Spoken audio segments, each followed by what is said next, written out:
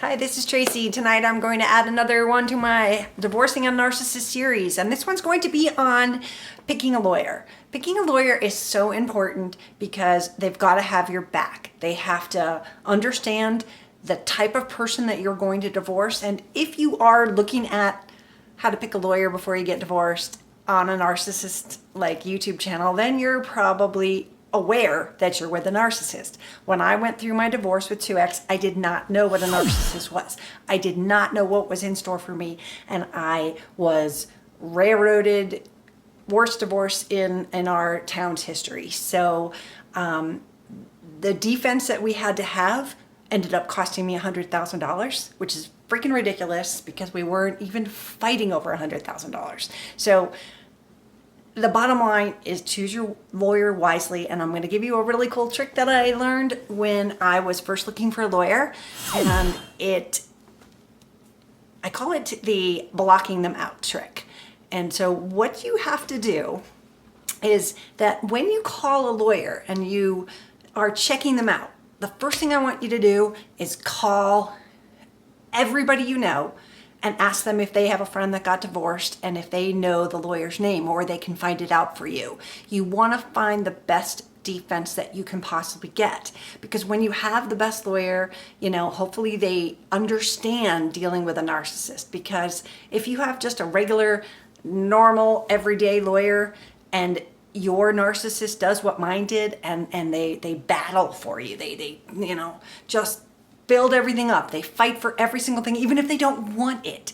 They're going to use your children against you. They're going to do tricks and things that only a very experienced lawyer is going to have. And I'm not saying pick the most expensive lawyer.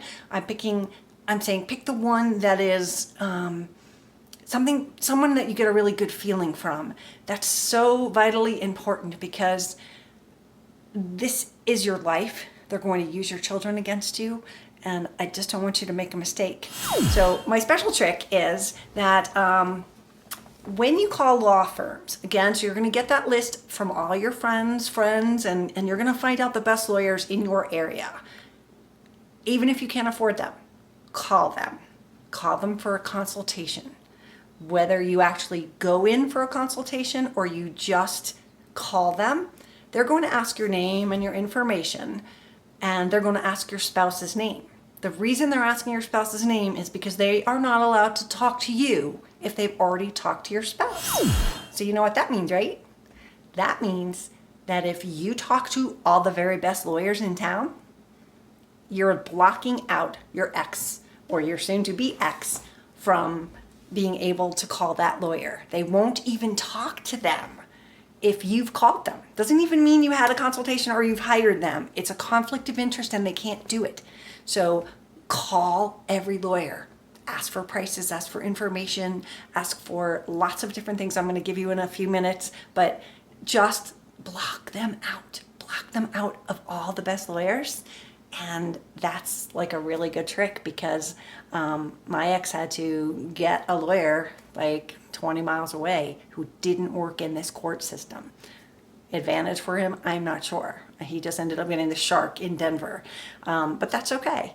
I blocked him out of everyone that knew our judges and knew our court system. So if you can do this trick, I highly recommend it. It's a really great trick and it works. And I'm going to give you some more tips. Something that you should realize now is that a narcissist has the uncanny ability to look for shark lawyers. And they are ready to do anything to get you. If there's a listing for shark lawyers, the narcs will call them. So what you have to do is look for how long they've practiced family law. Ask them what kind of retainer is required up front.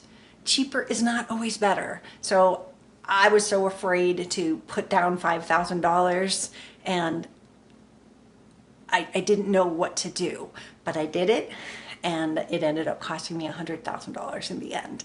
So cheaper is not better because they're going to run it up, but more experienced is going to be somebody that allows you to have the best representation when you're combating someone that's going to fight you for things they don't even want. I would not recommend an attorney that you ask if they will return any part of your retainer.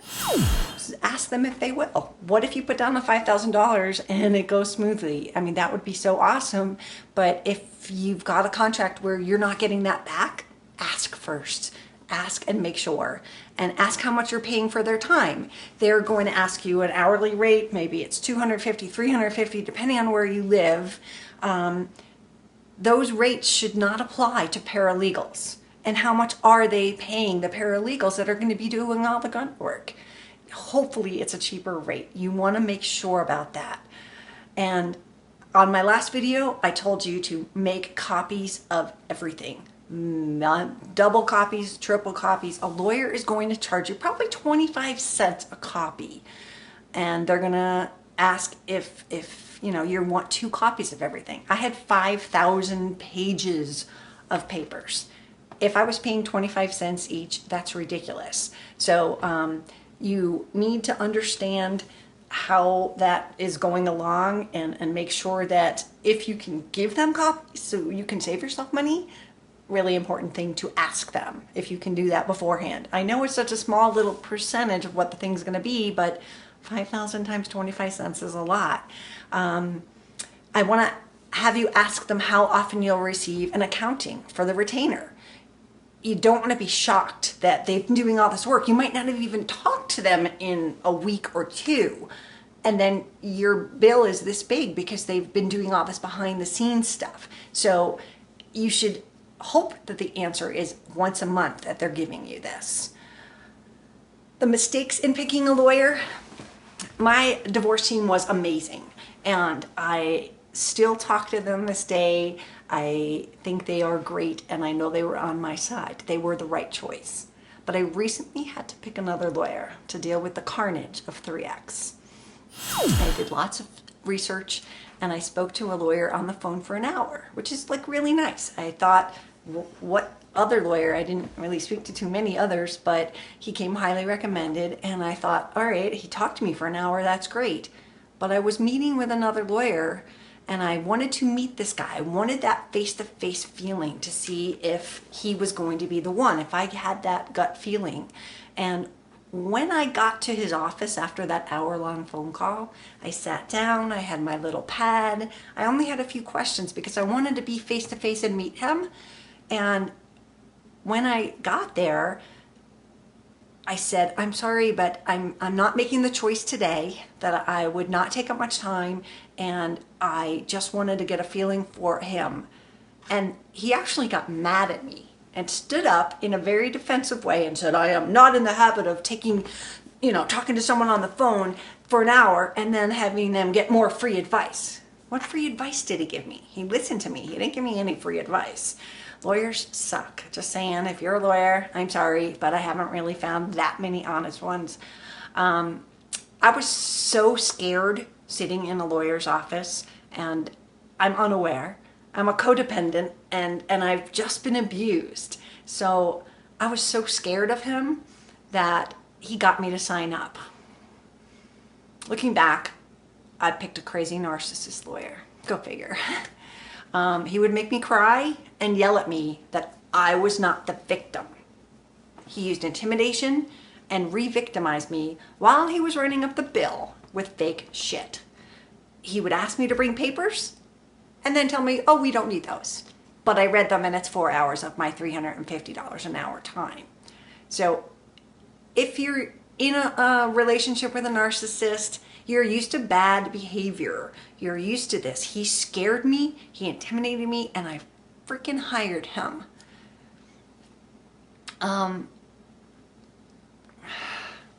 If your head is telling you that you should hire a lawyer and your gut is screaming, run, run, run, listen to your gut.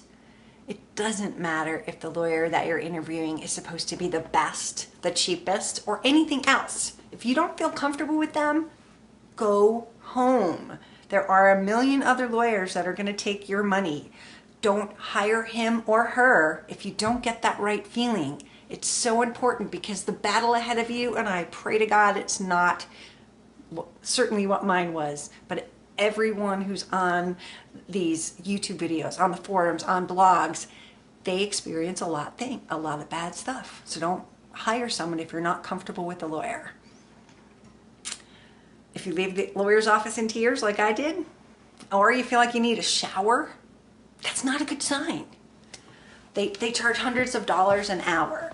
These attorneys can provide advice on divorce and related issues, but they are not therapists. Be really careful to not go in there and just like blah, blah, blah, blah, blab about all of the things that this person did.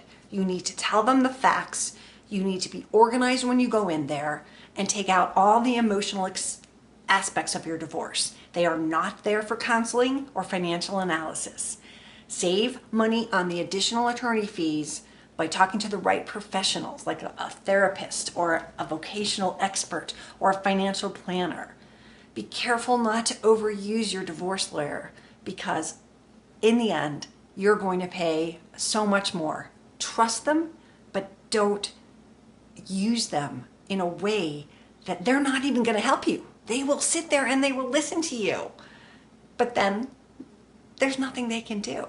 So keep the lawyer on the legal stuff and don't let the bill get too high. You're already going to face something that's scary enough. You do not want the wrong lawyer. One more thing I want to tell you, that if you cannot afford a lawyer, you can ask lawyers if they do any pro bono work. Very often it might even say it on their website. Website Designer has made lots of lawyer sites, and they generally do a certain percentage a year of pro bono work. And if you ask, the worst thing they can do is say no. If you don't ask, guess what? There's not a chance.